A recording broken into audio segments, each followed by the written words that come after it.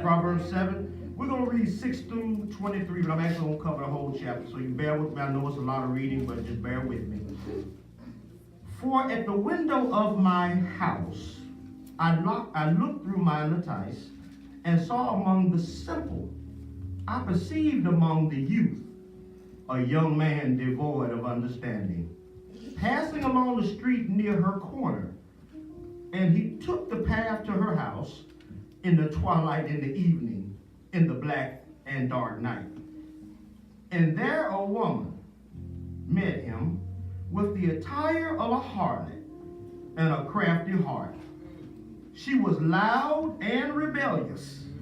Her feet would not stay at home. At times she was outside, at times in the open square, lurking at every corner. So she caught him and kissed him.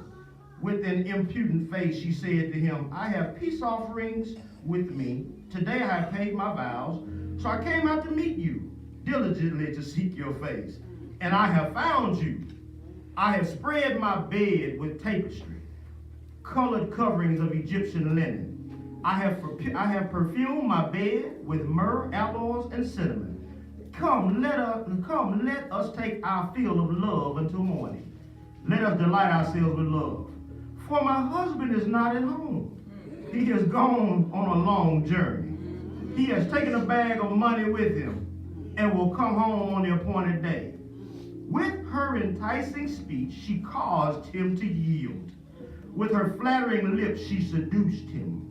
Immediately he went after her as an ox goes to the slaughter, or as a fool to the correction of the stocks, till an arrow struck his liver. As a bird hastens to the snare, he did not know it would cost his life. Amen. Amen. You may be seated. I'm going to cover the whole chapter. Amen.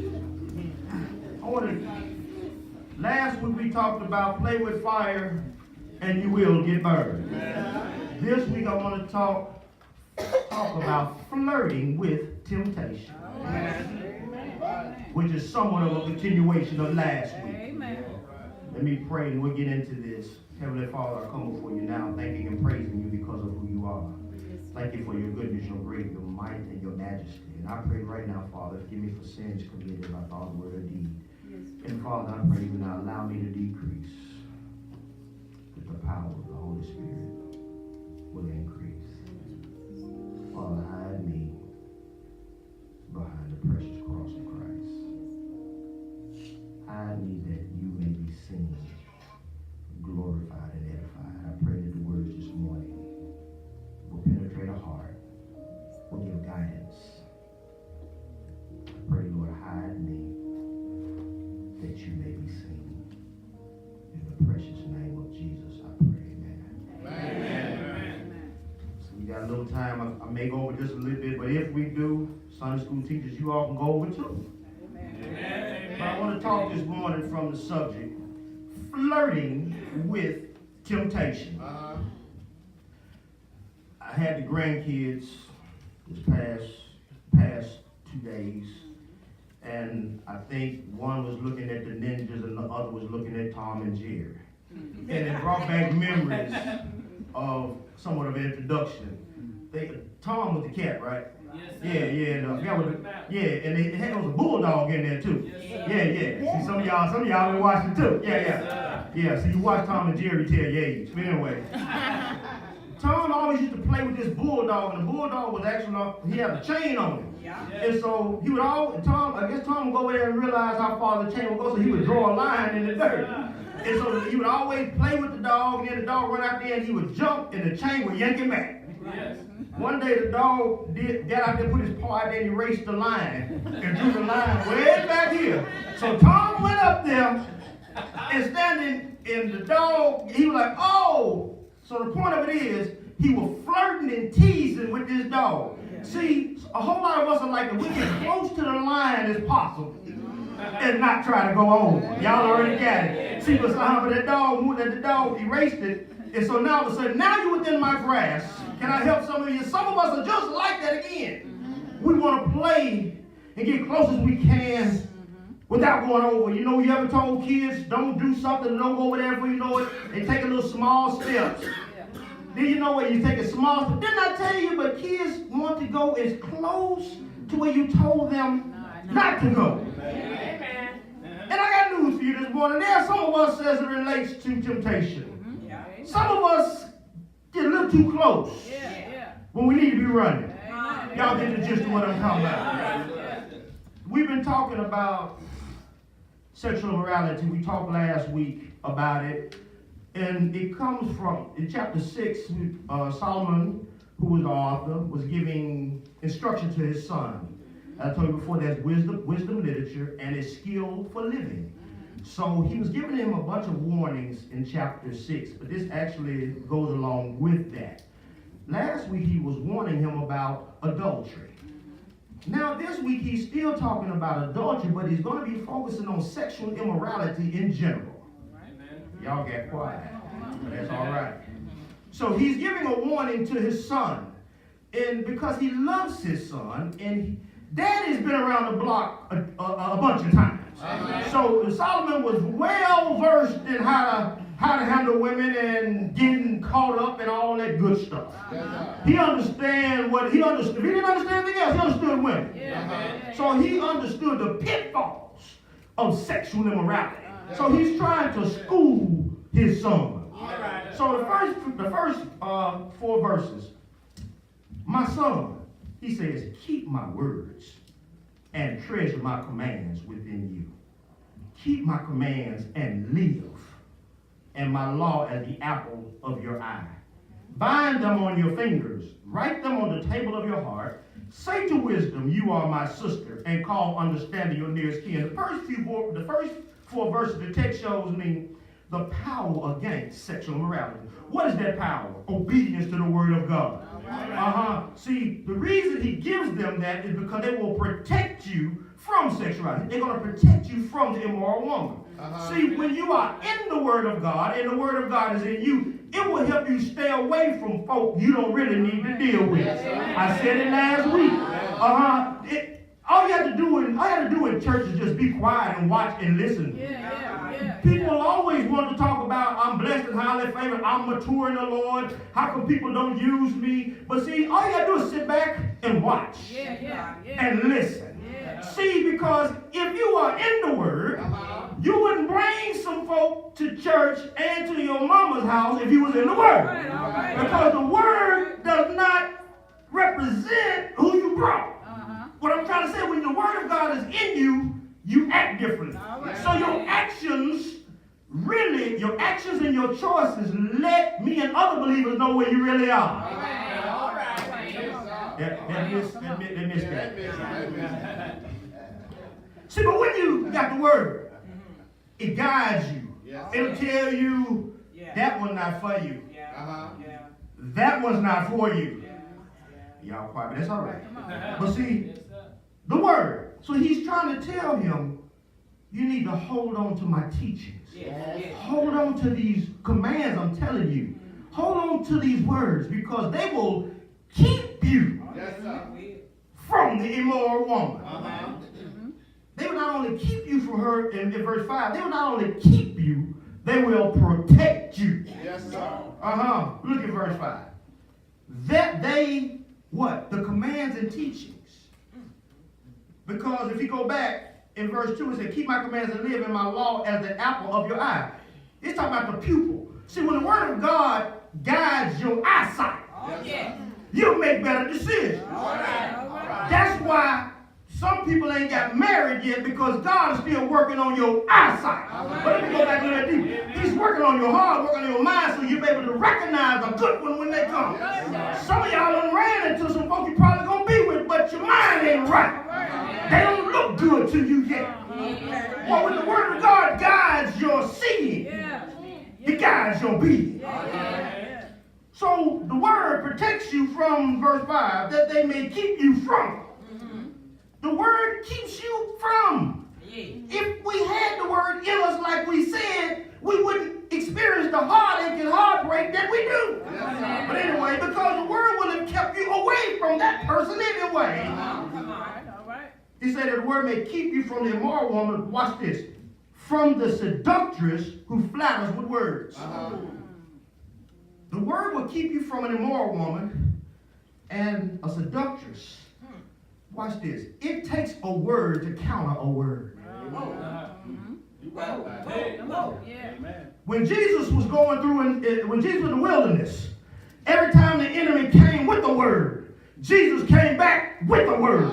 See, the immoral woman has always got good conversation. But when you got the word in you, it can counter the word that comes to you. I know I'm right. That's the reason sometimes voices talk to you, see, but you ain't got no word. That's why you act on those voices. But when you got the word of God in you, those voices may come, but there's a word that counteracts the word that you heard. Because the devil say, go kill yourself. But the word of God lets you know you were bought with a price. When you got the word of God in you, it'll always counter an unproductive conversation.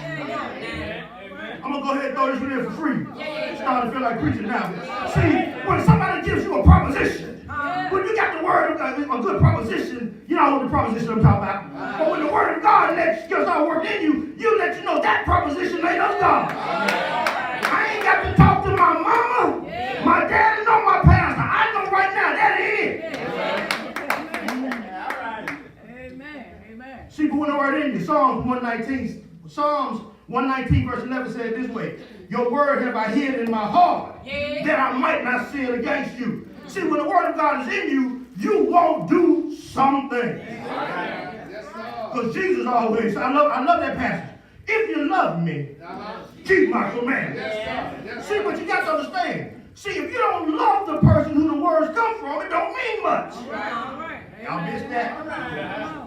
You must love the person whom the word comes from. Amen. I'll just figure it out later. But the purpose of the word is to protect you from the immoral woman. I need to read a couple of passages about fornication and adultery, if y'all let me, bear with me. 1 Corinthians 6 and 13 says, food is meant for the stomach, and the stomach for food. They go together. And God will destroy both one another. In other words, it's going to perish. The body is not meant for sexual immorality. I'm going to say that again. The body is not meant for sexual immorality, but for the Lord, and the Lord for the body. Oh, your body wasn't made, so some people are like, well, what is sexual immorality?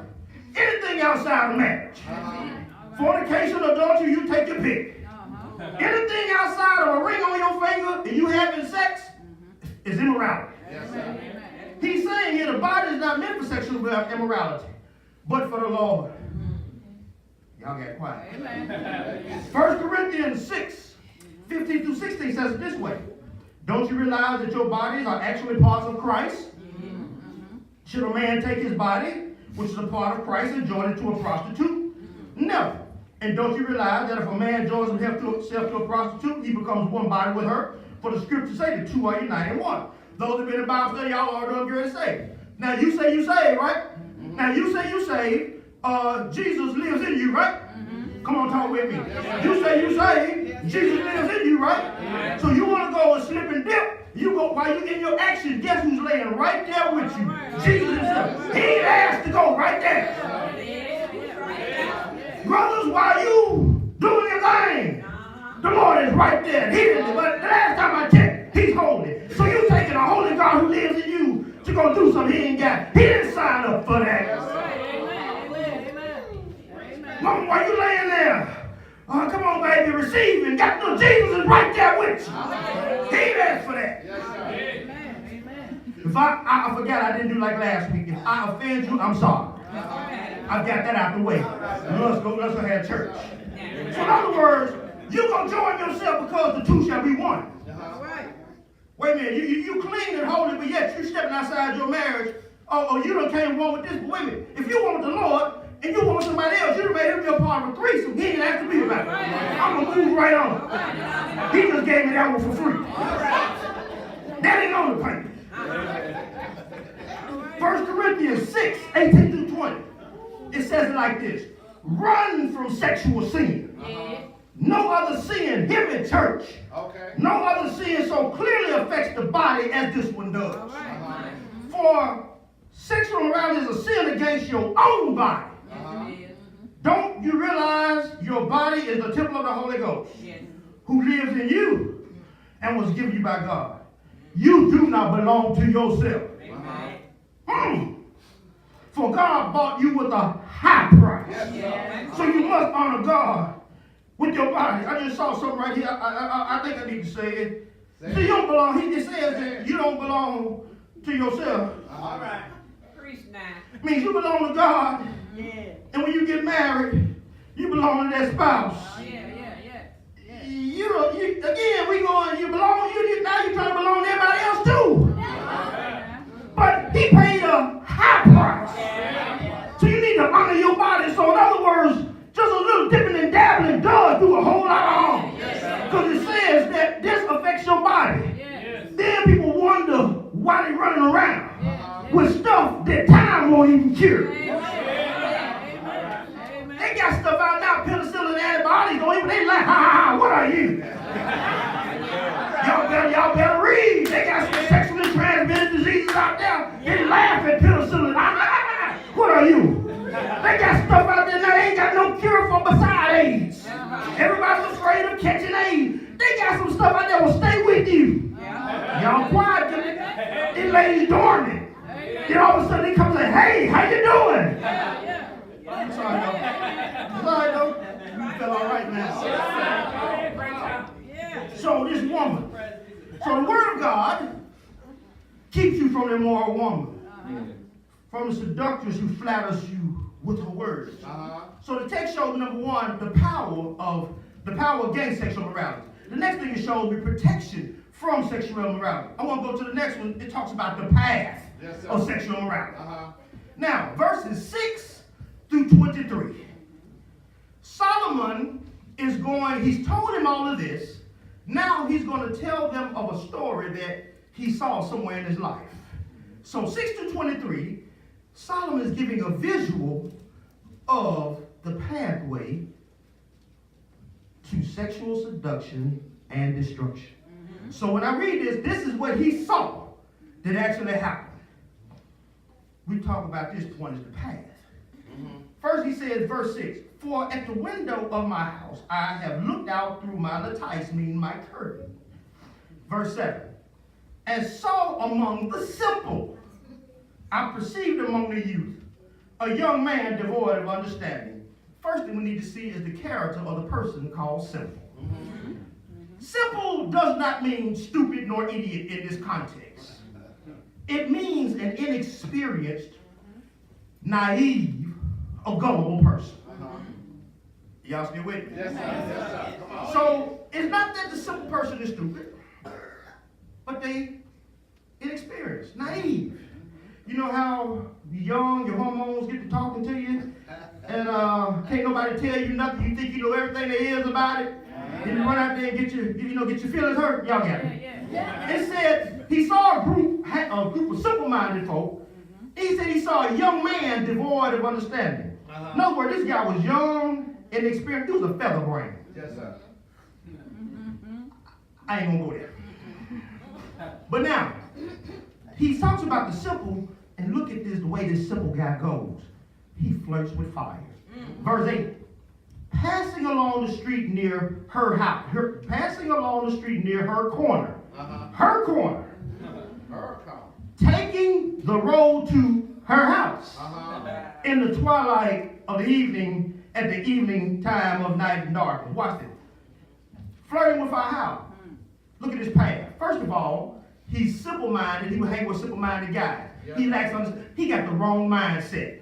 This her and her is going to be an immoral woman. Undoubtedly, he's heard something about this woman. Because he's naive. You know how sometimes, you hear stuff and it kind of tantalize your flesh. This grown folk preaching this morning, y'all come on with me. Y'all know how you hear something, y'all know you hear. Y'all know you hear. And also that curiosity start going, yeah. See, but he already got the wrong mindset. See, because he's already inexperienced and naive. I used to tell my daughters when they were little, I say, you know something? Don't try to play the game with your heart in your hand. It don't work like that. That'll bust over in a few minutes. Don't try to be a player with your heart in your hand. They don't go together. You got to have, in other words, baby. I tell the baby girls, you all are not ready for this. You ain't experienced, like you didn't come from that kind of stock. ready for that game yet. Y'all better help me. Number one, he was simple-minded. Next thing he was hanging with the wrong folk. He was simple-minded, hang with simple-minded folk. How many of y'all are birds of a feather? You hang with empty-headed folk, you're going to be empty-headed. All right then. He was hanging with the wrong people.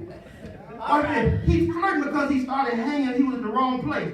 He took the road to a house. You know, curiosity, the old folks say, curiosity kill the cat. I don't know about satisfaction, bring it back, but all of a sudden, he was curious. He was curious. Watch this. He was curious. So, he takes the road to her house. He was in the wrong place. But look at this. Not only was he in the wrong place, he was at the wrong time. Yeah. When I looked at this, the nighttime, which is dark, the time referred to in this passage means middle of the night. So in other words, he done heard about this woman. Let me go down and just take a look to where she stayed. He could have did that in the daytime. But he was looking for a little something. Yeah. Don't play with me. Don't act like y'all ain't ever went somewhere. You could have went there at 7 a.m. 12 a.m. Y'all know what I'm talking about. Yeah, he could have went there. 7 a.m., I'm sorry. 12 p.m. 3 p.m. But he went closer to midnight. See, because when you go back and study, midnight is when it's supposed to be the darkest. And a whole lot of folks try to do stuff in the dark. But I got to tell you, what you do in the dark is showing up coming to the light. It's just a matter of time. I know I'm right. So this brother was flirting with fire. He was in the wrong place. He decided to go walk. He passed along the street near her corner. He got a little closer. Then it said, he got to the corner. Let me go a little bit closer. Told y'all about that dog, didn't I? You know, some of us, you know, brothers, y'all help me. Now both y'all help me.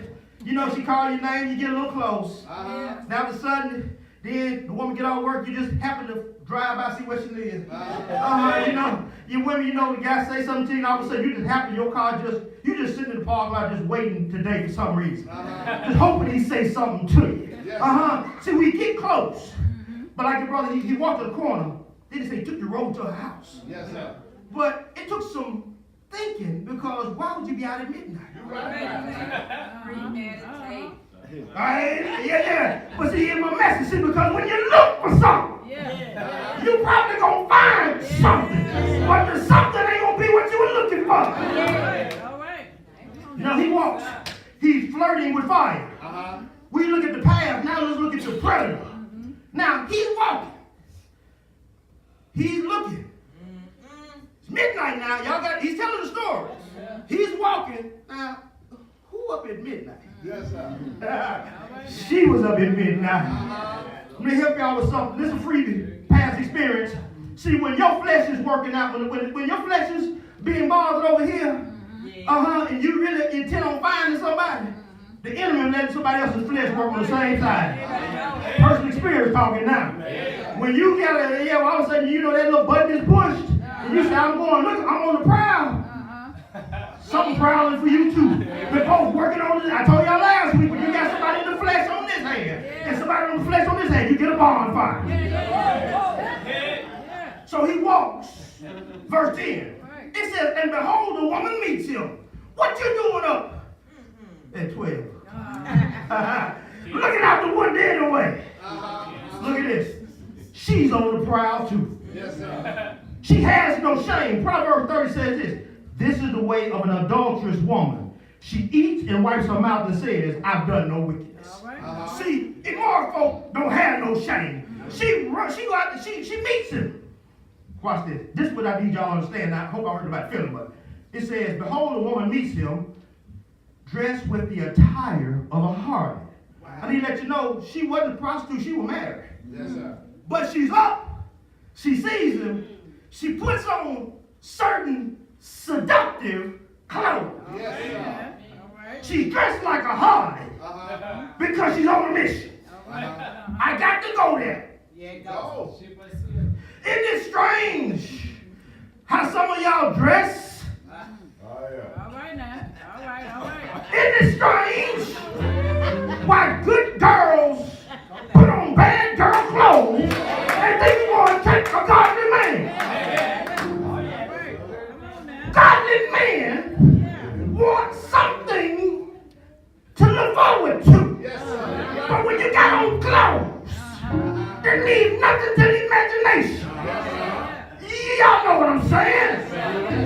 I'm in church, Mama saying we don't need to see imprints everywhere.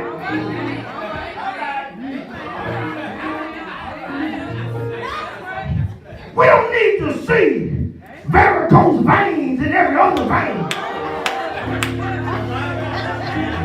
Pants so doggone tight. You can tell when they got on underclothes and when they don't. That ain't what you need to have on being a godly boy. Don't look at me like I done lost my mind. I'm just telling the doggone truth. I want a good man, but you got on spandex, look like a 2-year-old should have on. But the point of the text is this. She went and changed her attire, which means there's something to seductive attire. When you put your clothes on, you need to see what kind of message you send. She put on clothes because she was on a mission. When you get dressed, are you on a mission? Walkie, this gentleman said it like this. Her outward dress, which seems to promise her victim her body, conceals her secret intention to use him to gratify her own lust. I ain't gonna touch that, I'm gonna leave it right there. But now, some of y'all like, I can't believe he said about dress. Let me tell you what the Bible says about God and women. 1 Timothy 2. 1 Timothy 9 and 10 says it this way. This is what Paul was saying. And I want women to be modest in their appearance. Yes. Yes, sir. I'm going to stop there for a second. That's all right. You can be fine as I don't know what. Put you on some nice clothes. And I got to put you on some nice slacks. I guarantee you, they will hang on you the right way when a brother will say, yeah, she got a figure. But it also lets them know I want to see what's more to the figure. He said, I want you to dress modest. Yes, yes. They should wear decent and appropriate clothing. Yes, Lord. And not draw attention to themselves by the way they fix their hair or by wearing gold or pearls or expensive clothes. What he's saying is, you can look nice, but be modest how you do it. Amen. Some of the way we walk around now, there was sex on display. All right. Come on now. All right. For women who claim to be devoted to God should make themselves attractive by the good things they do. You want to really attract a godly man, your beauty is in how you act and conduct yourself, not what is lower half. A real man want to take something nice home to mama. Because if he got a godly mama, he gonna let her know exactly what he got when she leaves. What you bring that here for?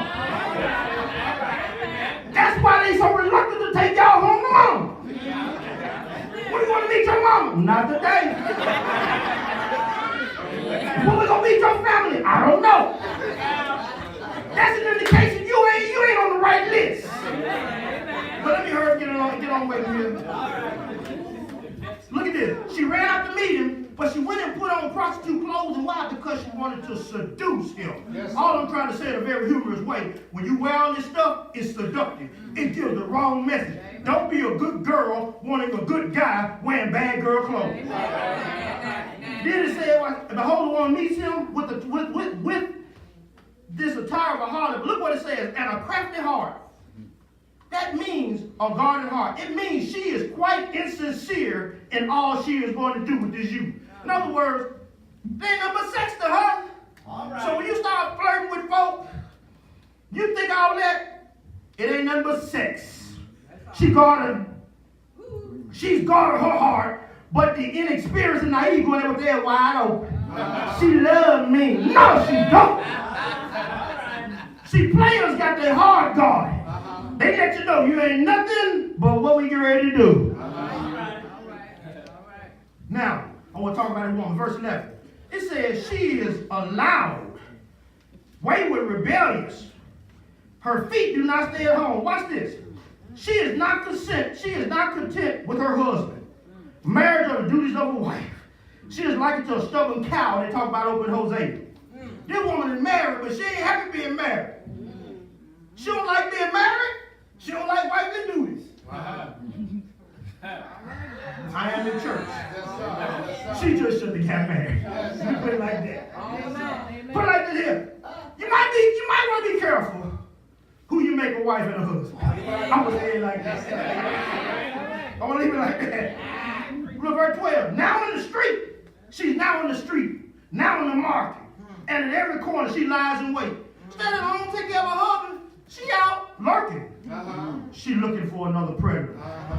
When you flirt with temptation, well, you looking for prey, but whether you know it or not, you are the prey. Yes, she is continually exposing herself and showing by her gait and gestures what she is and what she wants, Adam Clark said. In other words, she loose, she loud, she loose, she on the prowl. And what Solomon said, son, you keep the word of God close to you because this is what you don't want. Yes, sir. Look, verse 13, I'm trying to line it down. She seizes him and kisses him. And with a bold face, she says to him, I got to stop this. She runs out and kisses him. Yeah. She initiates the contact. Yes, sir. Yes, sir. You go over there all naive, all of a sudden, see, this ain't her first rodeo. You ain't her first rodeo either. Yes, sir. She runs out there, grabs the young boy, start kissing him. And with a bold face, she says to him, and basically she's letting know, I insist on having my way. She holds out there, she kisses him. And look what she said in 14. I had to offer sacrifice, and today I have paid my vows. In other words, this woman ain't religious at all. Yes, but what she's doing is, she's using religious things to give ease to his conscience. How many of y'all mess around with somebody, all of a sudden they start talking about the Lord, and y'all talking about going somewhere, they talking about the Lord. They talk about religion because they know you got a little bit of religion in you. So let's make they use this to kind of comfort you. Look, y'all know what I'm saying. Without saying, this is true. Let's talk about the. I done told y'all before. I have told y'all before in Bible study. Yeah, some things don't work. For I met the one and only. Juanita Bottom had a tape out. No more sheets. Yeah. Me and the young lady found out tape didn't work. We was in the sheets looking at the video. I ain't got no problem telling you. Yeah, I'm talking from experience. Didn't work. Well, that lady did, yeah, but that still didn't come against what was in there. Y'all know what I'm saying. So when I tell y'all, I know it. I done been down that road. I know. I live to tell the story. You might not. But now, she says, in other words, she breaks up religion. She's got food. Well, come on, I paid my vows. She breaks religion to ease his conscience. She got all this good food. Come on in, son. Yeah. Now, verse 15. So now I have come out to meet you. Look what she said to him. I've come out to meet you, to seek you eagerly, and I found you. You talk about the words, right? Yes, sir. Now look at this scenario. It's 12 o'clock at night. You dressed as a harlot. But she comes to flatter him by saying, so now I have come out to meet you, to seek you eagerly, and I found you. She's flattering him because he's special. How am I going to deal with this? It'd be nice. Watch this. She appeals, what Warren Wiersbe says, she appeals to the young man's male ego as she flatters him and makes him think he's very special to her. What she's offering to him, she would never offer to anyone else. I'm going to try to be nice in church. Be nice. You know sometimes you got naive folk, people do stuff. This is my first time. Really? You slept with somebody the first night? You just special. Really? I ain't never done it like this before. Really? All right. Yeah. I looked at a TV show, I think it's 2.5 Men or something. The two brothers were there, and the young brother came to visit the older brother. There was an old lady next door. And for some reason, the older brother lived there. They couldn't get along all the time. Right. So the young brother was being nice to this young lady, the old lady. Yeah. So after a while, the old lady ended up seducing the brother. Yeah. He felt bad about it because she died during the process of comedy. Yeah. So he left in his brother's bed feeling guilty. Yeah. That's what he said. I feel bad, but she knew things. And the older brother said, yeah, she does know things, don't she? He said, what? Why do you think we don't speak right now? You wasn't the first, son. I'm trying to let you know. Some people will tell you, yeah, we might told these grown folk, I'm sorry. You think you're the only one. You think you're the castle and the nose. Yeah. You think you're the best thing. You think you're Foxy Brown. Don't think you know. You ain't the only one. I got to go there if you don't mind. I like Prince. I tell you, I listen to everything. Bring Little Red Corvette. Yeah. jockeys that were here before me. You weren't the only jockey. You ain't the only person rode that train. Folks telling you this and that. I'm sorry if I hurt your feelings, but it's the show enough God on the truth. Folks lie to you, tell you, you think I'm there like, you just don't know. I told you I apologize before. So she flatters him like, baby, you the only one. You the only one. Okay. Look what she says now, as I'm trying to get out. Verse 16. She's flattering him. She's wooing him in. Yes, sir. Verse 16. Look what she said. I have spread my couch with coverings, colored linens from Egyptian linen. I have perfumed my bed with myrrh, aloes, and cinnamon. Come, let us take our fill of love till the morning. Let us delight ourselves with love. For my husband has not come home. He has gone on a long journey. He took a bag of money with him. And watch this. She now stimulates him with the aphrodisiac smells. All three names for the perfumes in this verse are found in the Song of Solomon. Song of Solomon 4:14. These are sexually words. She's using all these smells. Y'all like y'all got quiet. See, immoral folk know how to put on the right perfume. They walk in the house, they got the candles lit.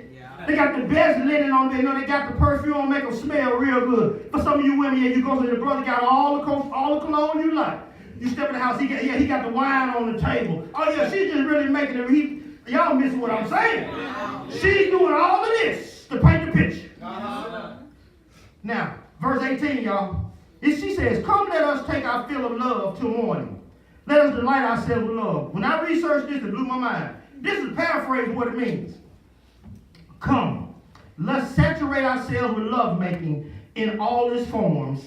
Let's enjoy ourselves with every act all night long, slowly passing the night. No. In other words, she's saying, come on in here. Anything and everything goes, buddy. We're going to do this all night long. However you want it like this, whatever you want. Come on in. It's right here for you. They got to do for you. Some of y'all been flirting with folk, and they done said they put a bug in here. We can do this, we can do that all night long. Y'all all got quiet, but all y'all don't play with me. Yeah, she got up in his ear. Yeah, we can do it like, all night long. Nothing left to the imagination. In other words, no holds barred. That's what she's saying. She got him going. She done kissed him. She done talked to him. He about sitting on ready. Okay. All right. Here we go. Then she talks it off by saying, I done use religion. I done hit your sexual buttons. Oh yeah, I need to calm his nerve. Oh yeah, by the way, my husband won't be back for a long time. So in other words, you let your guard down. Y'all. Don't do that, y'all. Don't get serious now. She said, oh yeah, by the way, he won't be back for a while. In other words, the coast is clear. We got the whole house to ourselves, and we can have whatever you want. All night long. Now we come to the end of the message. The destruction of the sexual immoral. All at once, he follows her. As an ox goes to the slaughter, or a stag is caught, till an arrow pierces his liver, as a bird rushes into a snare. He does not know what it will cost him. He will not know that it will cost him his life. In other words, he done got so entangled. He done flirted with this thing long enough. He done gathered up grass, and now it's like you taking an old slaughter down to ox down to the meat house. Just like you take that ox and just walk. That's all you do. He just know you walking. You don't know where you're going. I'm taking you straight to the slaughterhouse. Yes, sir. When you flirt with temptation and deal with immoral folk like that, he's all wrapped up, he's entangled. She's taking it straight to the slaughterhouse. And some of y'all out there, hope y'all ain't stepped out there, but if you have, you see, you done got all caught up in your lust. That person leads you straight to the slaughter. Like that bird in a snare. You went out there, all this old great hot sex. Don't nobody know. They lead you straight to the slaughter. I gotta say that again. All this great hot sex. You know the sex is important. You can't focus on your works. You think about what you did. Y'all know what I'm talking about. You know sometimes you go home and mistakenly call somebody else's name because you think about what you did. Don't play with me. You about to lose your job because you're on the phone and everything else trying to make phone calls. all good what you did, but anyway, come on. You like, I'm all right? Little do you know, you being led like an ox to the slaughter. Like a bird in a net. Look what it says. He does not know that it will cost him his life. That's his story. Now look what he said. Verse 20, and now, O sons, listen to me and be attracted to the words of my mouth. He says, verse 25. He knows very well because his heart got turned. He said, let not your heart turn aside to her ways. Do not stray into her path. Look at verse 26, y'all. For many a victim has she laid low. Yes, sir. You ain't the first one. And I ain't gonna be the last. I ain't gonna be the last. He says, many a victim. Immoral people like we talking about now, you ain't gonna be the first victim and you ain't gonna be the last. You start stepping outside sexual immorality, you end up being a victim. It says right here, verse 20, for many a victim has she slain, laid low. Oh, wait a minute, what? She done took a whole lot of people down. A whole lot of people done visit that house. When you start flirting with temptation, people like that, you ain't the first, and you won't be the last. I want to talk, look at it. You're not the only one. Give you this analogy. You all buying cars, right? Yes, sir. You do know that Alamo, there's some other rental places buy cars. They sell cars, right? Yes, sir. Yeah, it's not a trick question. You know, you can buy a good car from the rental company. Because after it reaches 100,000 miles or so, they go ahead and sell it off, right? Yes. Now I need to let you know. The car coming from a rental company is probably going to look good on the outside. Amen. It's going to be washed every time. It's going to be washed, right? Yes, sir. It's going to be clean. The maintenance records are going to be on point. Yes, sir. Every 3,000 miles, the oil going to be changed all there, right? Yes, sir. The body going to look good. The motor going to look good. It's going to have good maintenance records. Yes, sir. But the unknown thing is, you don't know how many drivers that car had. And you don't know how they drove that car.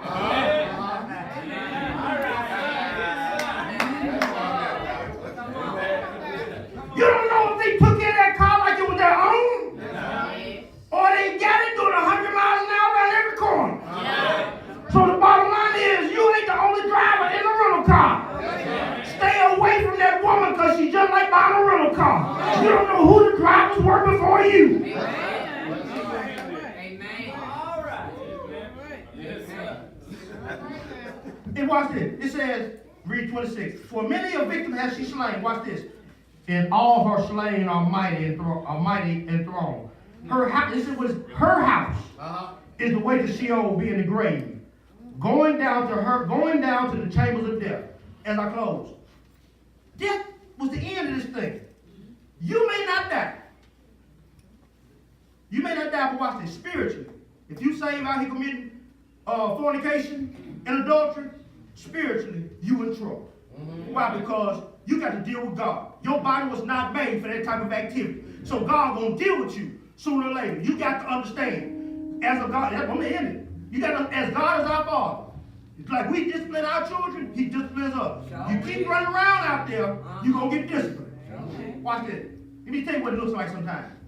See, when you're out there being sexually promiscuous, we get unwanted, unplanned, untimed pregnancies.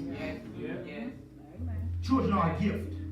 Y'all can get quiet, but it's real. See, when you go out there fooling around, see, you get unwanted, unplanned, untimed pregnancies.